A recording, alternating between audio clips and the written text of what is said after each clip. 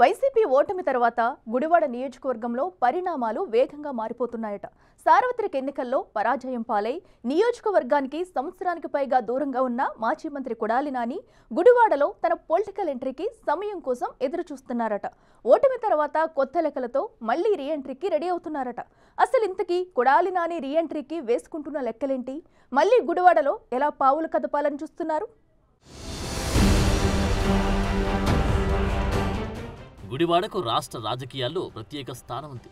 కృష్ణా జిల్లా గుడివాడ అంటే పొలిటికల్ సర్కిల్స్లో ఎప్పుడు హాట్ గానే నానుతూ ఉంటుంది. గత ఎన్నికల్లో గుడివాడలో 10 ఏళ్ల తర్వాత తిరిగి టీడీపీ జెండా ఎగరడంతో ఏపీ పొలిటికల్ సర్కిల్స్లో ఆ చర్చ మరింత పెరిగింది.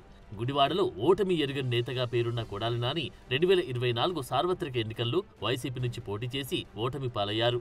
టీడీపీ నుంచి పొలిటికల్ ఎంట్రీ ఇచ్చి ఆ పార్టీ వ్యవస్థాపకుడు అన్న ఎన్టీఆర్ సొంత నియోజకవర్గం గుడివాడను కొడాలి నాని తన కంచుకోటగా మార్చుకున్నారు. టీడీపీ నుంచి 2 సార్లు గెలిచిన కొడాలి నాని తర్వాత వైసీపీలో చేరి మరో 2 సార్లు వరుస విజయాలు సాధించారు. అలా వరుసగా 4 సార్లు ఎమ్మెల్యేగా, వైసీపీ ప్రభుత్వంలో మంత్రిగా గుడివాడలో చక్రం తిప్పారు. గత ఎన్నికల్లో టీడీపీ అధిష్టానం ఏరికోరి గుడివాడ నుంచి వెనిగండ్ల రామును బరిలో నిలిపింది. ఎన్నో అంచనాల నడుమ బంపర్ మెజార్టీతో టీడీపీ అభ్యర్థి వెనిగండ్ల రాము విజయం సాధించి కొడాలి నానికి చెక్ పెట్టారు. దాంతో గుడివాడ రాజకీయాలు పూర్తిగా మారిపోయాయి. కొడాలి నాని ఓటమి తర్వాత నియోజకవర్గానికి దూరమయ్యారు.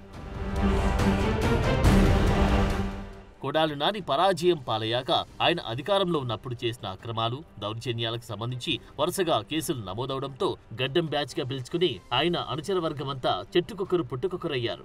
ఇక నానిపై సైతం కేసులు నమోదు కావడంతో పాటు అనారోగ్యంతో నియోజకవర్గానికి పూర్తిగా దూరమయ్యారు. దాంతో నియోజకవర్గంలో పార్టీ పరిస్థితి ఏంటనే దానిపై స్పష్టత లేకుండా పోయింది. వైసీపీ క్యాడర్ పెద్ద దిక్కు కోసం ఎదురు చూడాల్సిన పరిస్థితి నెలకొంది.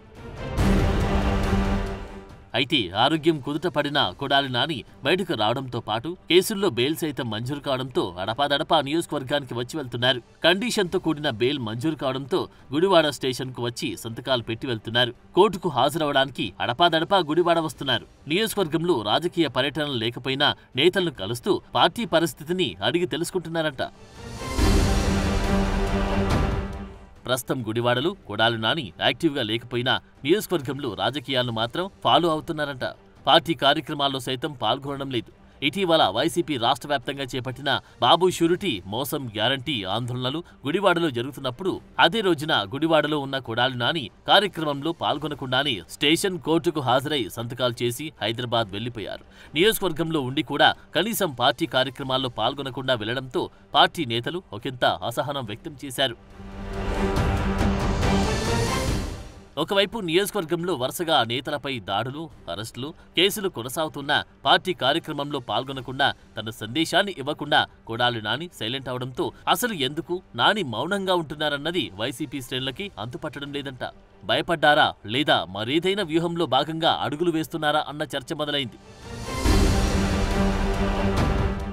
అయితే ఘోర పరాజయం తర్వాత నియోజకవర్గంలో నెలకొన్న పరిణామాల దృష్ట్యా కొడాలి నాని తెరవెనుక నుంచి వ్యూహాత్మకంగా పావులు కదుపుతున్నారట. అందులో భాగంగానే మాజీ మంత్రి కటారి ఈశ్వర్ను గుడివాడలో సైలెంట్ గా రంగంలోకి దింపారన్న చర్చ ఇప్పుడు గుడివాడ రాజకీయాల్లో పెద్ద ఎత్తున నడుస్తోంది. చెన్నారెడ్డి ముఖ్యమంత్రిగా ఉన్న సమయంలో కేబినెట్ మంత్రిగా పనిచేసిన కటారి ఈశ్వర్ అన్ని పార్టీలు మారి చివరికి తటస్థంగా ఉన్నారు.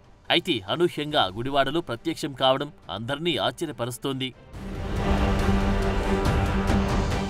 ఇటీవల గుడివాడలో బాబు షూరిటీ మోసం గ్యారంటీ ఆందోళన సందర్భంగా అల్లర్లు చోటు చేసుకోవడం లాంటి పరిణామాలతో బీసీ రాగాన్ని అందుకున్న ఈశ్వర్ టీడీపీపై నిప్పులు చెరిగారు. కొడాలి నానికి మద్దతు ప్రకటించారు. దాంతో గుడివాడలో తనను పట్టుకుని సామాజిక సమీకరణాల ఆధారంగా టీడీపీని దెబ్బకొట్టేందుకు కటారి ఈశ్వర్ను కొడాలి నానిని యాక్టివ్ చేశారన్న టాక్ నడుస్తోంది. గుడివాడ నియోజకవర్గం పరిధిలో అత్యధిక ఓటర్లుగా ఉన్న బీసీలను ఐక్యం చేసేలా కటారి ఈశ్వర్ ద్వారా తెరవెనుక వ్యూహాత్మకంగా కొడాలి నాని పావులు కదుపుతున్నారని టీడీపీ భావిస్తోంది. గుడివాడ నియోజకవర్గంలో అత్యధిక ఓటర్లుగా బీసీ కులాల్లో ఉన్న యాదవ, గౌడ, కళింగ, రజక, కొప్పుల, వెలమ సామాజిక వర్గాలకు దగ్గరయ్యే ప్రయత్నంలో భాగంగానే ఈశ్వర్ను అనూహ్యంగా తెరపైకి తెచ్చారని అంటున్నారు. టీడీపీలో చీలికలు తెచ్చేందుకు నాని తెరవెనుక నుండి ఈశ్వర్ ద్వారా దెబ్బ కొట్టాలని చూస్తున్నారని టీడీపీ నేతలు భావిస్తున్నారు.